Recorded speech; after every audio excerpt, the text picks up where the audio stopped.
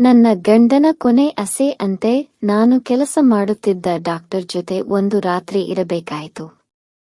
ಅವತ್ತು ಮಧ್ಯರಾತ್ರಿ ಸುಮಾರು 2 ಗಂಟೆ ಇರಬಹುದು. ಯಾರೋ ನಮ್ಮ ಮನೆ ಬಾಗಿಲನ್ನು ಜೋರಾಗಿ ಬಡಿದರು. ನಾನು ಹೊರಗಡೆ ಹೋಗಿ ನೋಡಿದರೆ ಅಲ್ಲಿ ಯಾರೂ ಇರಲಿಲ್ಲ. ನಾನು ಗಾಬರಿಯಿಂದ ಹೆದರಿ ಬಾಗಿಲನ್ನು ಮುಚ್ಚಿ ಮಲಗಿಕೊಂಡೆ.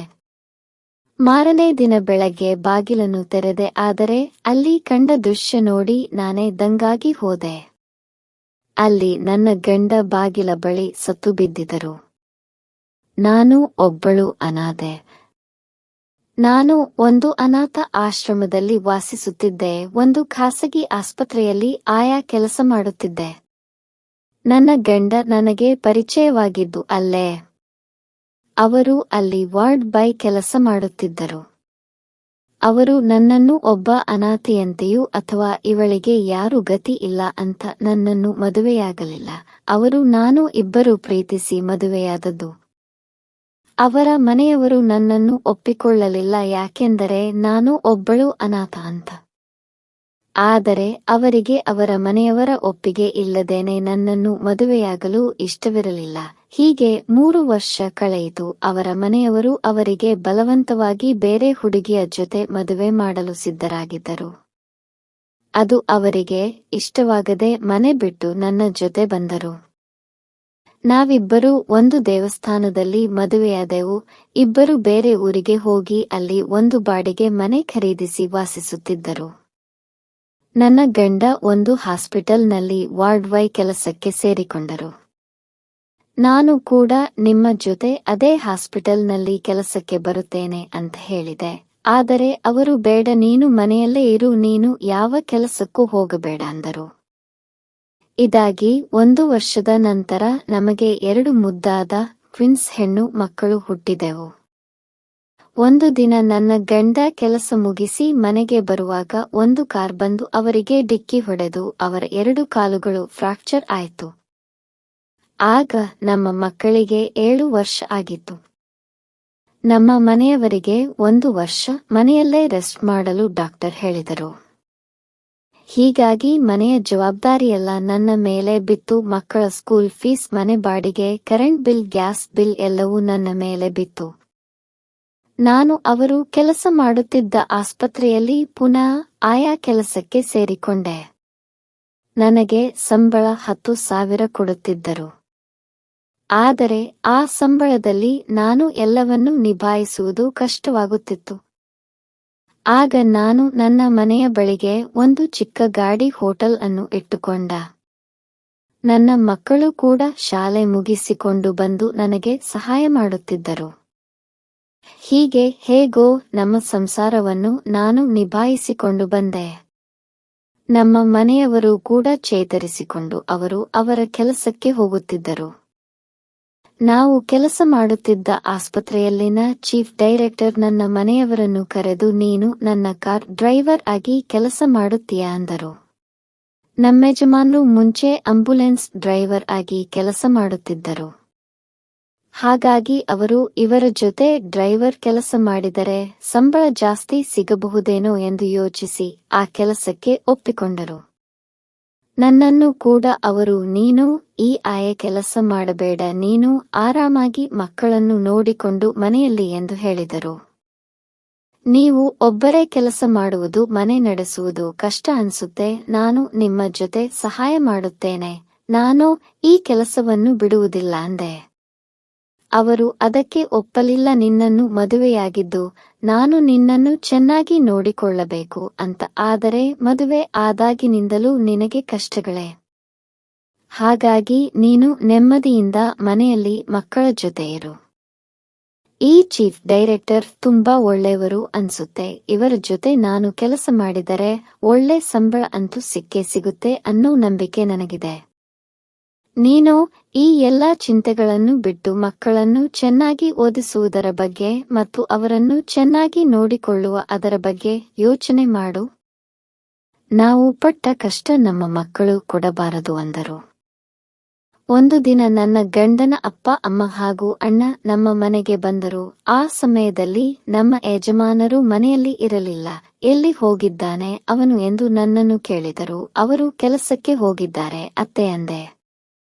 ನಿನ್ನ ಬಾಯಲ್ಲಿ ನನ್ನನ್ನು ಅತ್ತೆ ಎಂದು ಕರೆಯಬೇಡ ಅಂದರು. ರಾಜನಂತೆ ನಮ್ಮ ಮನೆಯಲ್ಲಿದ್ದ ಅವನನ್ನು ನೀನು ಮೋಡಿ ಮಾಡಿ ಮದುವೆಯಾದೆ. ಈಗ ಅವನಿಗೆ ಎಂಥ ಪರಿಸ್ಥಿತಿ ಬಂದಿದೆ ನೋಡು. ಚಿಕ್ಕ ಮನೆಯಲ್ಲಿ ನೀವು ವಾಸಿಸುತ್ತಿದ್ದೀರಾ. ಚಿಚ್ಚೆ, ಇದು ಒಂದು ಮನೆನ ಅಂದು ಚುಚ್ಚಿ ಚುಚ್ಚಿ ಮಾತನಾಡಿದರು. ಆಗ ನನ್ನ ಮಗಳು, ಯಾರ್ರೀ ನೀವು ಮನೆಗೆ ಬಂದು ಈ ರೀತಿ ಮಾತಾಡ್ತಿದ್ದೀರಲ್ಲ, ಸ್ವಲ್ಪ ಮರ್ಯಾದೆ ಕೊಟ್ಟು ಮಾತಾಡಿ ಎಂದಳು. ಆಗ ನಾನು ಅವಳಿಗೆ, ನೀನು ಸುಮ್ಮನೆ ಇರು, ಏನು ಮಾತಾಡಬೇಡ ಅಂದೆ. ಇವಳು ಯಾರು, ನಿನ್ನ ಮಗಳ? ಇಷ್ಟು ದೊಡ್ಡ ಮಗಳು ಬೇರೆ ಇದ್ದಾಳ ನಿನಗೆ? ಇನ್ನು ಇವಳ ಮದುವೆ ಮಾಡ್ತೀಯಾ ನೀನು? ನನ್ನ ಮಗನನ್ನು ಬುಟ್ಟಿಗೆ ಹಾಕಿಕೊಂಡ ಹಾಗೆ ಇವಳು ಯಾವ ಹುಡುಗನ ಬುಟ್ಟಿ ಹಾಕೋತಾಳೋ ಏನೋ ಅಂತ ನಮ್ಮ ಮಾವ ಅಂದರು. ದಯವಿಟ್ಟು ಆ ರೀತಿ ಎಲ್ಲ ಮಾತಾಡಬೇಡಿ ಮಾವ ಅಂದೆ. ಆಗ ಅವರ ಅಣ್ಣ, ಸಾಕು ಸುಮ್ಮನೆ ಇರಮ್ಮ, ಬಾಯಿ ಮುಚ್ಕೊಂಡು, ನೀನು ಮಾಡಿದ ತಪ್ಪಿಗೆ ನಮ್ಮ ಅಮ್ಮ ದಿನ ಕಣ್ಣೀರು ಹಾಗೆ ಆಯಿತು ಅಂದರು. ನನ್ನ ಗಂಡ ಇನ್ನೊಬ್ಬಳ ಮಗಳ ಜೊತೆ ಮನೆಗೆ ಬಂದರು. ಅಪ್ಪ ಅಮ್ಮ ಯಾವಾಗ ಬಂದ್ರಿ, ಹೇಗಿದ್ದಾರೆ ಎಲ್ಲರೂ ಅಂತ ಖುಷಿಯಿಂದ ಅವರನ್ನು ಕೇಳಿದರು.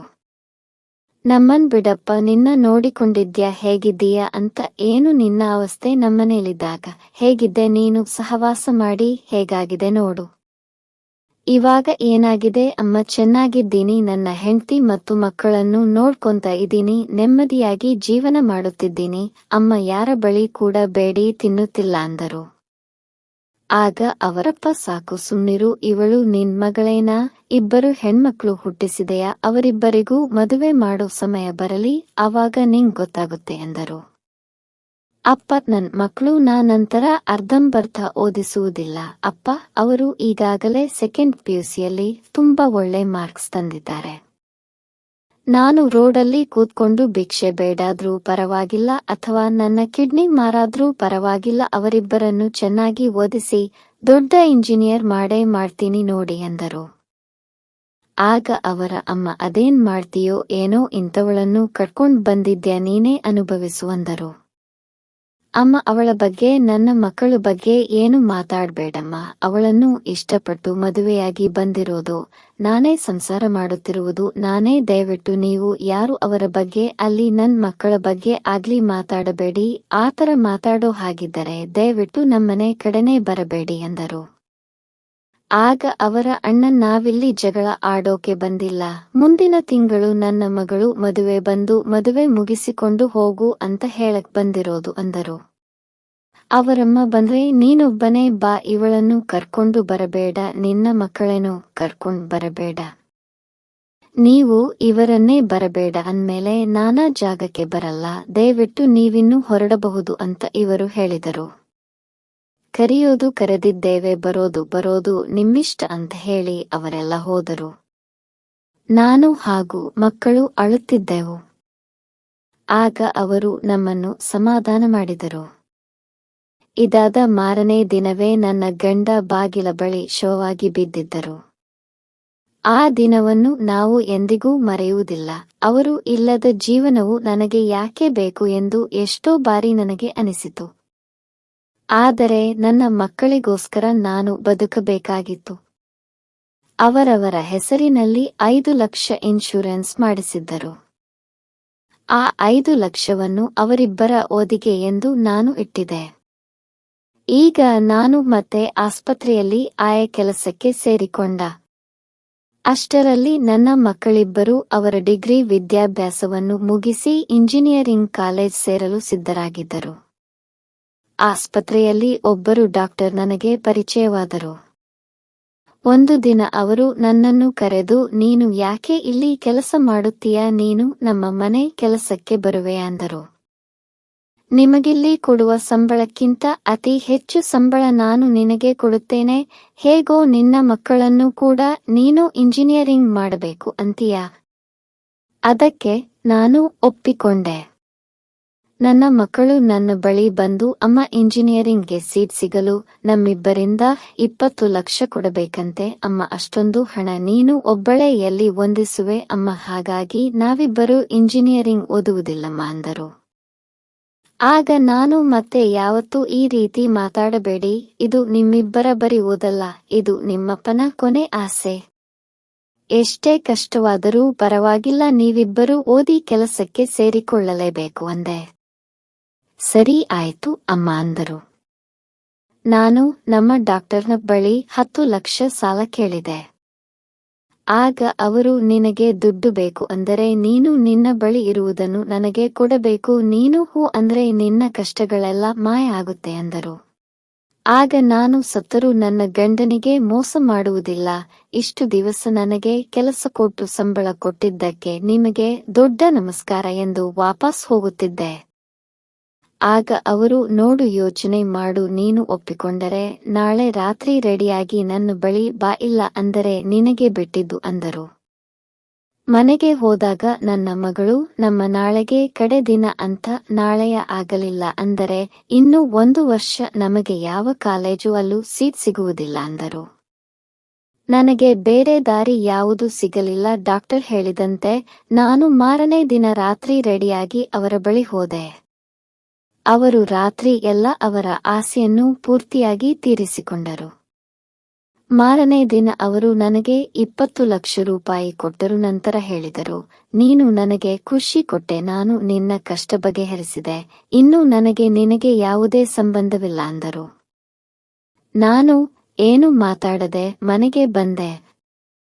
ಅವರಿಬ್ಬರಿಗೂ ದುಡ್ಡು ಕೊಟ್ಟು ಕಾಲೇಜಿಗೆ ಸೇರಿಸಿದೆ. ನನ್ನ ಗಂಡನಿಗೆ ನಾನು ಮೋಸ ಮಾಡಿದೆ ಅನ್ನೋ ಪಾಪ ಪ್ರಜ್ಞೆ ಕಾಡುತ್ತಿತ್ತು.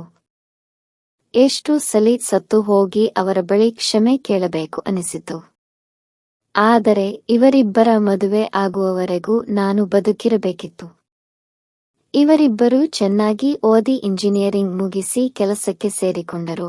ನಂತರ ನಾನು ಇಬ್ಬರಿಗೂ ಒಳ್ಳೆ ಹುಡುಗನನ್ನು ನೋಡಿ ಒಂದೇ ದಿನ ಅವರಿಬ್ಬರ ಮದುವೆಯನ್ನು ಮಾಡಿ ಮುಗಿಸಿದೆ. ಈಗ ನಾನು ನನ್ನ ಗಂಡನ ಬಳಿ ಹೋಗಿ ಕ್ಷಮೆ ಕೇಳುವ ಸಮಯ ಬಂತು ಎಂದು ತಿಳಿಯಿತು. ಮದುವೆಯಾದ ಮಾರನೇ ದಿನ ನಾನು ನನ್ನ ಗಂಡನನ್ನು ನೆನೆಸಿಕೊಂಡು ಹಾಗೆ ಕಣ್ಣು ಮುಚ್ಚಿದೆ. ಈ ಕತೆ ಮುಗಿದಿದೆ. ಈ ಕತೆಯು ನಿಮ್ಮ ಮನಸ್ಸಿಗೆ ಮುಟ್ಟಿದರೆ ಸಬ್ಸ್ಕ್ರೈಬ್ ಮಾಡ್ಕೊಳ್ಳಿ.